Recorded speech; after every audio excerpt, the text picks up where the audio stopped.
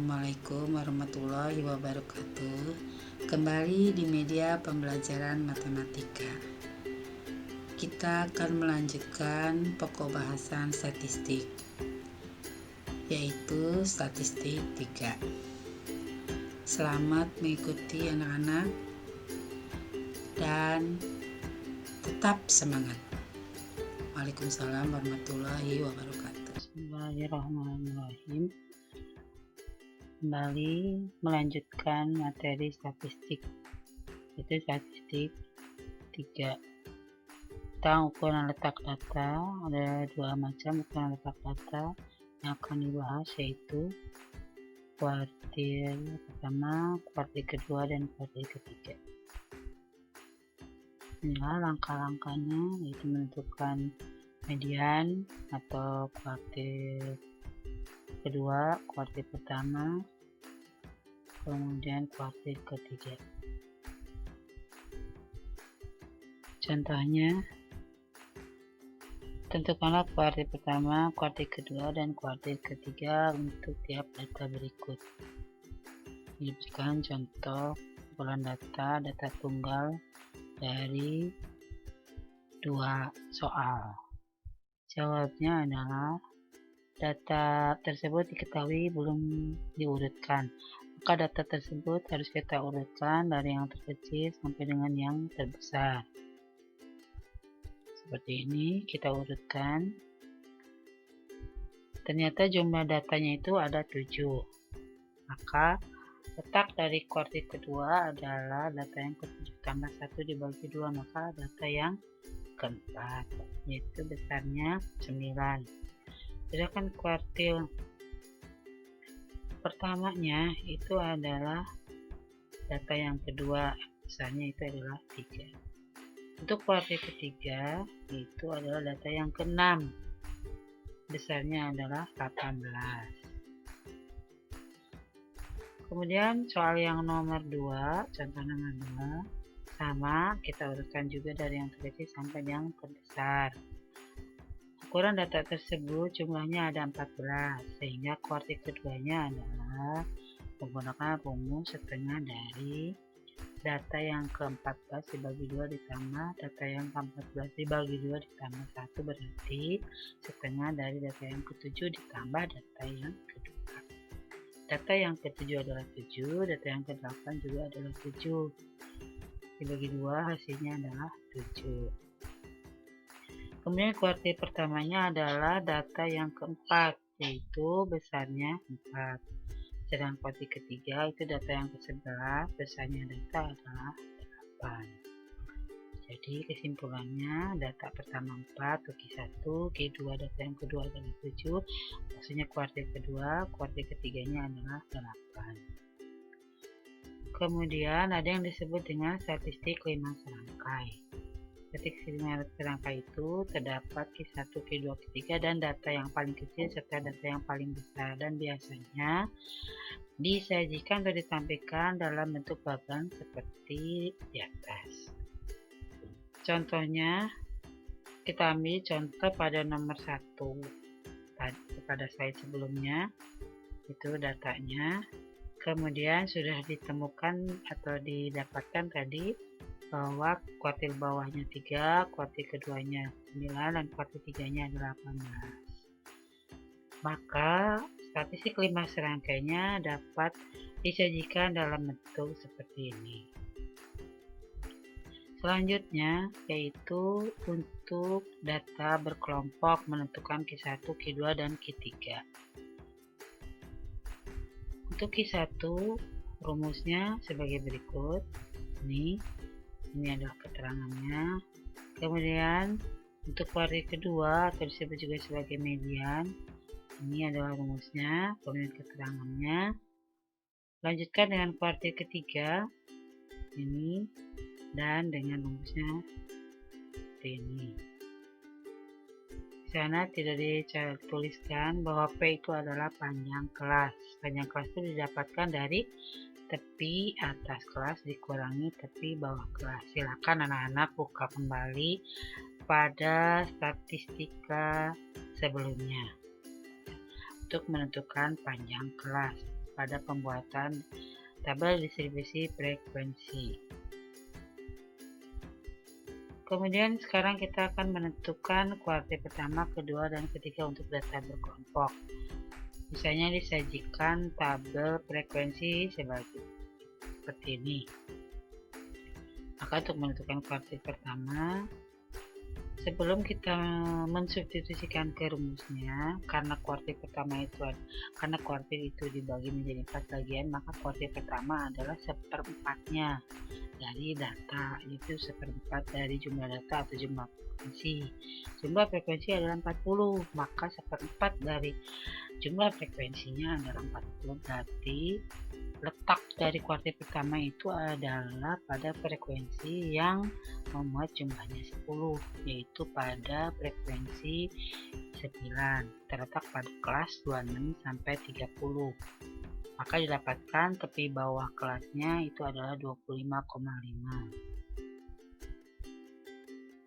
Jadi inilah diketahui. Nah, di sana ada P panjang kelas. Panjang kelas itu sudah dijelaskan tadi, Ibu sudah menjelaskan sebelumnya bahwa panjang kelas itu adalah tepi atas kelas dikurangi tepi bawah kelas. Jadi 30,5 dikurangi 25,5, maka panjang kelasnya adalah 5.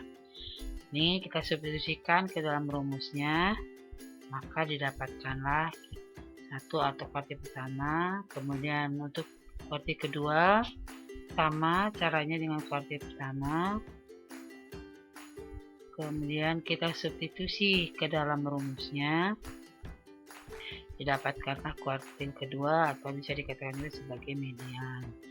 Untuk kuartil ketiganya, karena kuartil ketiga maka menggunakan 3/4 dari jumlah datanya, maka hasilnya kita substitusi ke dalam rumusnya, hasilnya seperti ini. Nah, kemudian untuk menentukan desil, ada data tunggal, ini data tunggal untuk desil.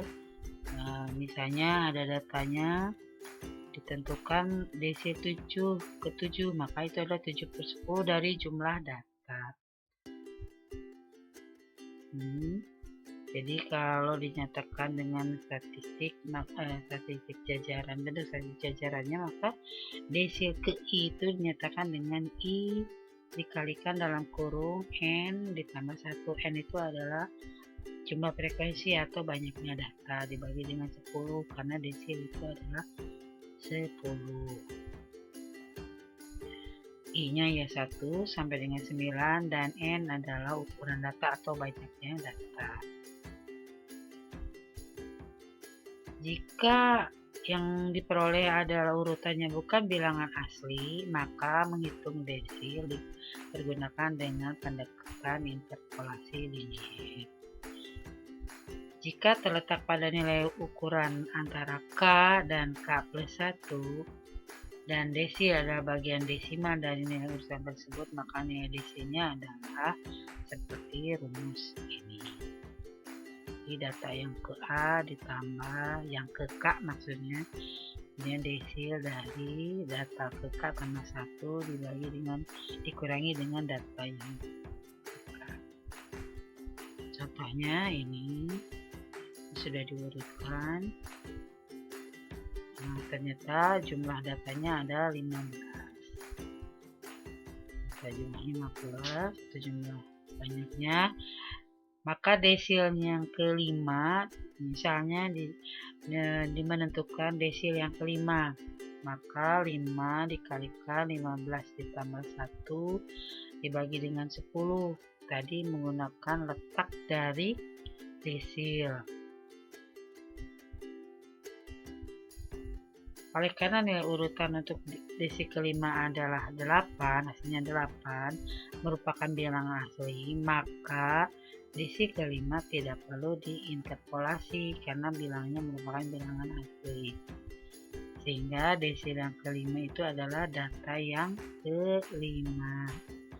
Data yang kelima itu adalah data yang ke-8 maksudnya ya, desil 5 itu adalah data yang ke-8, itu besarnya 3,7. Kemudian untuk data berkelompok, ini rumus untuk desilnya. Ini keterangannya hampir sama dengan kuartil. Contohnya ini diberikan distribusi frekuensi desil keempat. Contohnya ini ditanyakan desil yang keempat. Di 4/10 kali N, jumlah dari frekuensi atau panjang ukuran data itu adalah ada 100. Berarti desil itu terletak pada data yang jumlahnya 40. Data yang ke-40 itu terletak pada frekuensi yang 40. Maka tepi bawah kelasnya 159,5. Kemudian kita substitusi ke dalam rumusnya, maka didapatkan bahwa desil keempatnya adalah 161,375. Sekarang kita lanjutkan dengan ukuran penyebaran data, yaitu adanya rentang antar kuartil, simpangan kuartil, langkah, pagar dalam, dan pagar luar. Menentukan rentang dan jangkauan. Rentang itu adalah data yang tertinggi dikurangi data yang terendah atau yang paling kecil. Sedangkan rentang antar kuartil atau jangkauan antar kuartil atau nama lainnya adalah hamparan, yaitu kuartil ketiga dikurangi dengan kuartil pertama. Itu menentukan hamparan. Sedangkan menentukan simpangan kuartil atau rentang semi antar kuartil adalah notasinya adalah QD, itu setengah dari hamparan.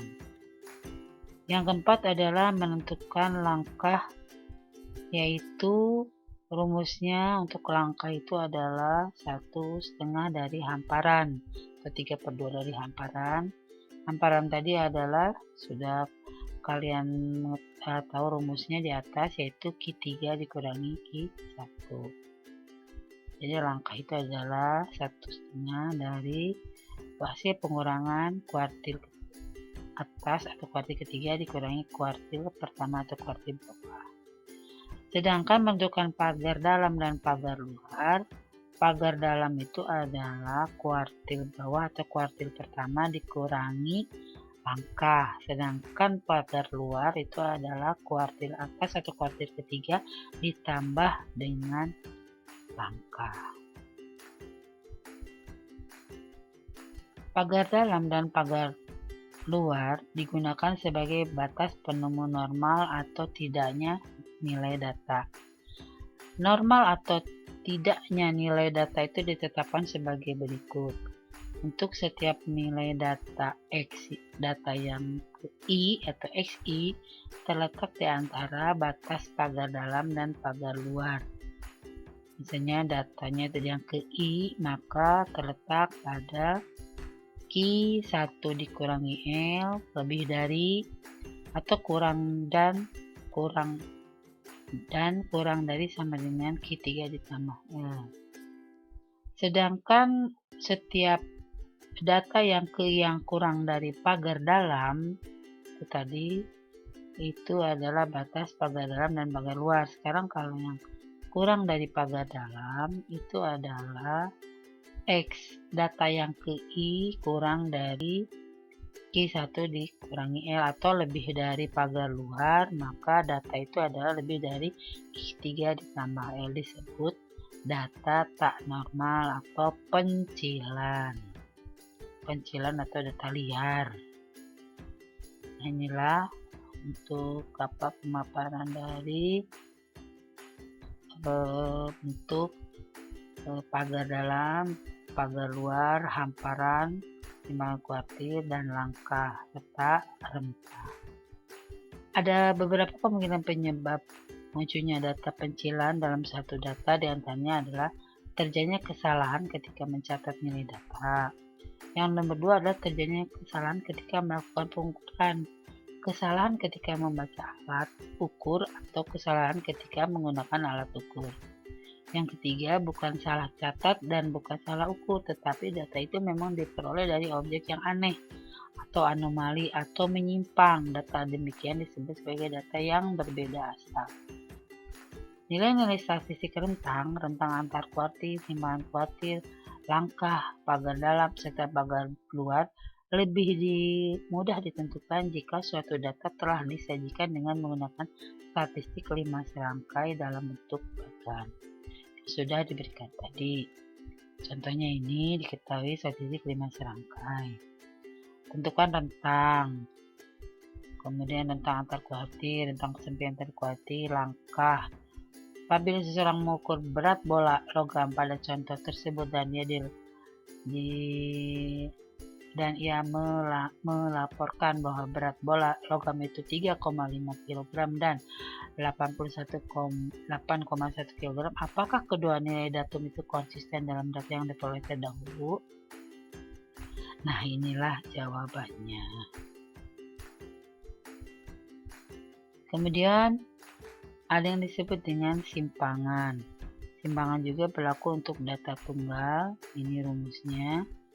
Kemudian ada yang disebut dengan ragam atau varian. Ini rumusnya jadi dari simpangan rata-rata untuk data yang ke I dikurangi rata-rata datanya. Untuk pada varian atau ragam dipangkatkan 2. Simpangan baku itu adalah akar dari ragam. Ini keterangannya.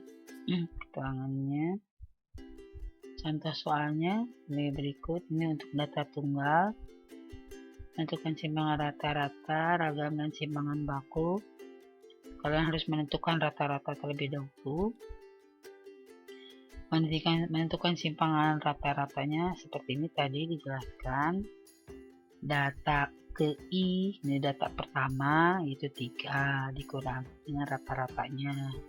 Kemudian XI-nya, I-nya data yang kedua yaitu angka 2 dikurangi 2,5. XI-nya data yang I-nya 3 yaitu data ketiga itulah 1 dan seterusnya. Kemudian hasilnya, sedangkan untuk menentukan ragam dari simpangan rata-rata tadi kita pangkatkan 2. Dijumlahkan dibagi dengan banyaknya data atau banyaknya ukuran data. Sedangkan simpangan baku itu adalah akar dari simpangan rata-rata. Ini akar dari 14/8.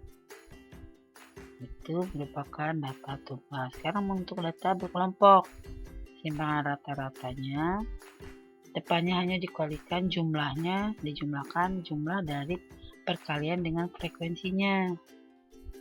Demikian juga untuk ragam, sama dengan tunggal, depannya dikalikan dengan frekuensi karena banyak datanya. Demikian juga dengan simpangan baku. Itu keterangannya. Ini diberikan contohnya, diketahui tabel distribusi frekuensinya ini. Menentukan simpangan rata-rata, ragam, dan simpangan baku. Maka menjawabnya, nah ini kalian harus membuatkan tabel seperti ini. Ya, jadi kalian tentukan XI itu adalah titik tengah. Kalian mungkin sudah paham, sudah jelas pada materi statistik sebelumnya. Jadi XI itu adalah titik tengah antara 21 sampai dengan 25. Jadi 21 ditambah 25 dibagi dengan 2 itu adalah titik tengah. Selanjutnya dikalikan dengan frekuensi titik tengahnya, kemudian dijumlahkan. Ya, saya dijumlahkan, mencari dulu rataan hitung yang sudah pernah kita bahas, rataan hitung. Jadi dijumlahkan dibagi dengan jumlah frekuensinya. Kemudian untuk simpangan rata-ratanya kalian lihat data yang pertama, yaitu titik tengahnya 23 dengan rata-ratanya 34, jadi 23 dikurangi 34 dan seterusnya. Dan kolom yang ke-6 itu kuadrat dari kolom yang ke-5, ya itu harga mutlak kalau di kolom yang ke-6 ya. Kolom yang ke-7 dikuadratkan ya. Nah, ini hasilnya untuk simbangan rata-rata, sedangkan untuk ragamnya itu hasil kuadratnya sama dibalikan dengan frekuensinya. Sedangkan simbangan baku adalah akar dari ragam. Ini hasilnya. Terima kasih atas perhatian anak-anak. Sampai berjumpa kembali pada pokok bahasan yang lain. Selamat kalian belajar walaupun dalam keadaan pandemi corona seperti ini, COVID-19. Terima kasih. Assalamualaikum warahmatullahi wabarakatuh.